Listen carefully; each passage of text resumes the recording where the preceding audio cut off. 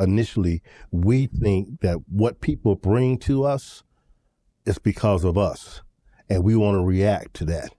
And that's not the case 90% of the time. People come to us with their own issues. This is a journey. Let me take you on a journey. There will still be the journey. The journey. New sheriff in town, and his name is The journey. Journey. This thing is bigger than Nino Brown. This is the journey. The journey. What is it that moved you? The journey. The journey. Welcome back to another episode of The Journey. I'm your host, Larry Robinson, and today we have a Memphis icon that I'm sure you're going to love. But first, we have a quote from the great Coretta Scott King. Hate is too great a burden to bear. It injures the hater more than it injures the hated. What does that mean to you? It means that I ain't got time to be carrying around the baggage of hatred because it's going to do more damage to me internally than ever the person that I'm hating on.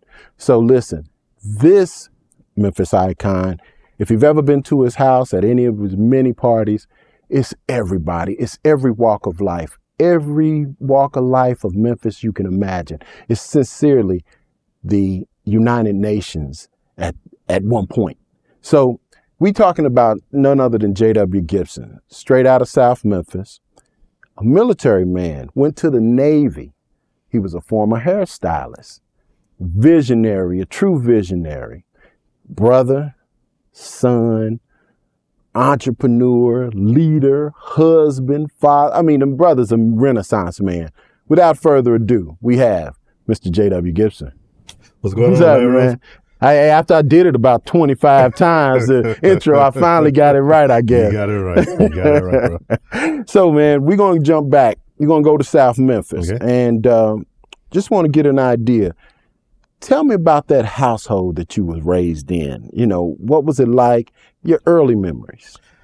So, South Memphis was actually the second phase, if you will, of multi-phase life. Oh, coming up really? in Memphis. Yeah, the first phase was actually where I was born, which was Dixie Homes housing projects. Oh, okay. We then moved to South Memphis Okay. after that. Okay. And then we went into the military for that third phase and so on and so forth. So I don't think I knew that you were brought up in Dixie Homes. Absolutely. Oh, wow. Yeah, Okay. yeah.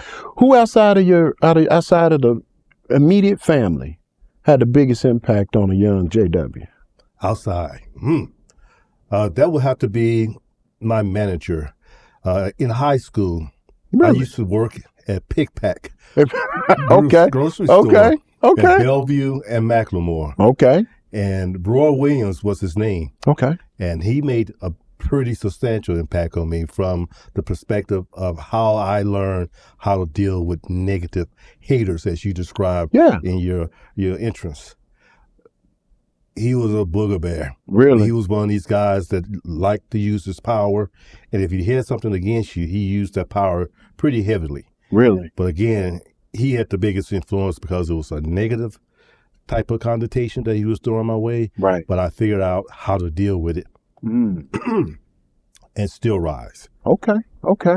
What decision did you make as a young man, as a young person, that ended up having a lifelong impact, even though you might not have known it at the time? So, Larry, I don't know if I've ever shared this with you over a glass of scotch or not. For me, I describe my life in phases. Okay. Because we truly have gone through different things that really had an effect on my life. Mhm. I don't really hold true to a whole lot that happened before 18. When I went into the military, that's when my life really started to make sense to me. Really started to home in and have meaning for me. What made you decide to go to the military? Wanted to have some direction. Coming out of high school, I had no direction. And I didn't want to be a laggard who sat around and did nothing. So what made you say, okay, the military's going to give me what I'm missing? Because I had heard about the principles in which military people had to conduct themselves. Right. The authoritarian figures that were constantly watching over you. Mm-hmm. Those things that I felt would keep me in check. Right. And kept me from perhaps going astray. Right. And then you top that off with the fact that we got a chance to travel. I went into the Navy because the Navy gave you that opportunity to really travel the world. Unlike the Army or Air Force, where you're kind of based at Right. a location, you're there. Right. The Navy gave me a chance to travel the world. So that's why I chose the Navy, and the military gave me a home base by which I could start to learn how to be a man.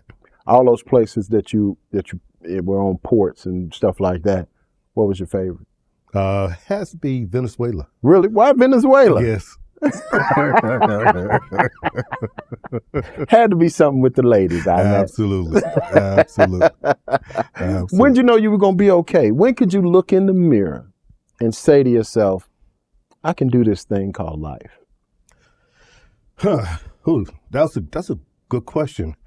Because even after finishing 4 years in the Navy, and I got out of the Navy because they tried to mess me over on my reenlisting contract.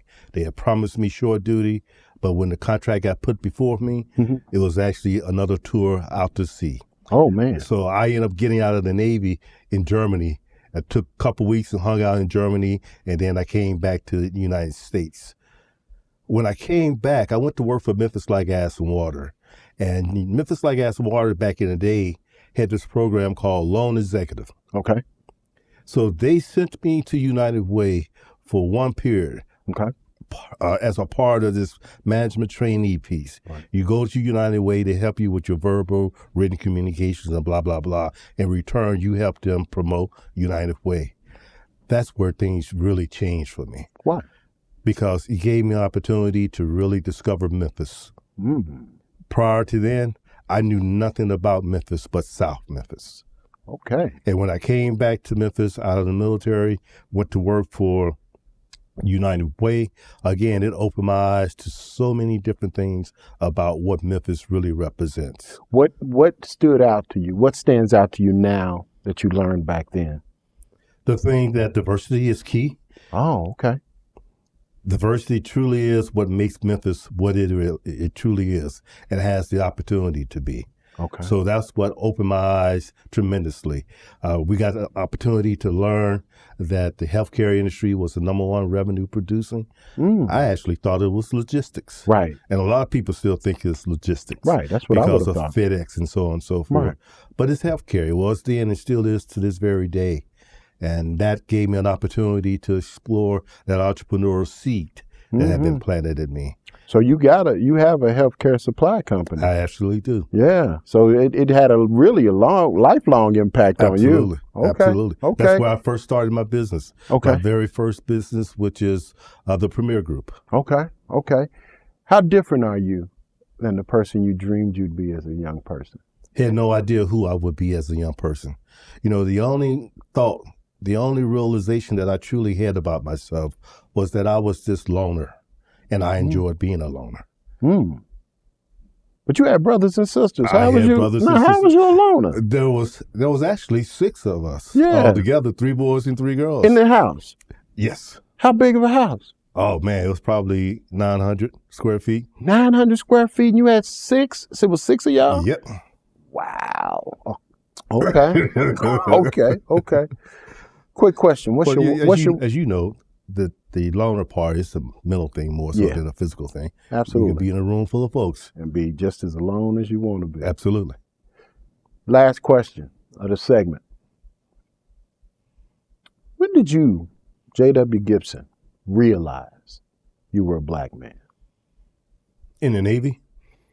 In the Navy. In the Navy. Well, hold on. I don't want to know the story. Listen, we're going to come right back with J.W. Gibson's going to share with us when he realized in the Navy that he was a black man. Stay right there. We'll be right back on the journey on the Kazuki Network.